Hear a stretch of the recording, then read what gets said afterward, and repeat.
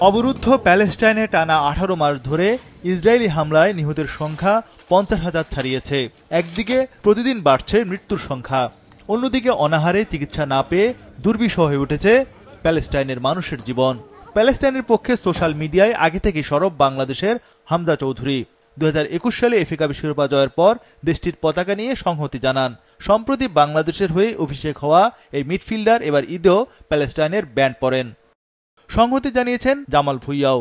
নিজের ফেসবুক পেজে তিনি সবশেষ প্যালেস্টাইনের সঙ্গে বাংলাদেশের ম্যাচের স্মৃতি তুলে ধরে লেখেন, সবসময় তোমরা আমাদের হৃদয়ে ও মনে আছো, ভালো সময়ের জন্য দোয়া করছি। বাংলাদেশ নারী দলের ফুটবলার মাসুসিমা সুমাইয়া লিখেছেন, from river to sea, Palestine will be free ইনশাআল্লাহ। ঋতুপর্ণা পোস্ট করেছেন, ফ্রি প্যালেস্টাইন। বাংলাদেশ ক্রিকেট দলের pacer Taskin Ahmed free Palestine লেখা ছবি পোস্ট করেছেন তার ফেসবুকে। আরেক পেসার নাহিদ রানা তার ফেসবুক কভার ফটোতে ব্যবহার করেছেন গাজায় ইসরায়েলি হামলায় শিশুদের হতাহতের ছবি। এর আগে ইসরায়েলের বর্বরোচিত হামলার বিরুদ্ধে পোস্ট করেন এই গতি তারকা। অভিজ্ঞ ক্রিকেটার মুশফিকুর রহিম মাহমুদুল্লাহ রিয়াদও পোস্ট করেছেন ফেসবুকে। সব মশার বিরুদ্ধে সুরক্ষা দিতে এলো বসুন্ধরা এক্সট্রিম অ্যারোসল, মশার বিরুদ্ধে এক্সট্রিম সুরক্ষা। দুজনেই তাদের পোস্টে সৃষ্টিকর্তার সাহায্য কামনা করেছেন প্যালেস্টাইনের মানুষের জন্য।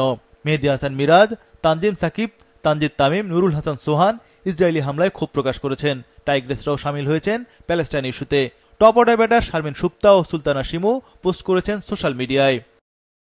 ইসরায়েলের অবৈধ দখলদারিত্ব ও নিষ্ঠুর আগ্রাসনে সারা বিশ্বের বিবেকবান মানুষের নিন্দার ঝড় তুলেছে গত কয়েক দশক ধরে।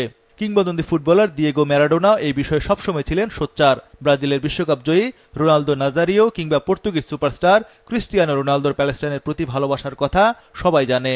অস্ট্রেলিয়ার ক্রিকেটার ওসমান খাজা তো প্যালেস্টাইনের পক্ষে অবস্থান নিয়ে আইসিসির তোপের মুখেও পড়েছিলেন, কিন্তু দমে যাননি ওসমান খাজা।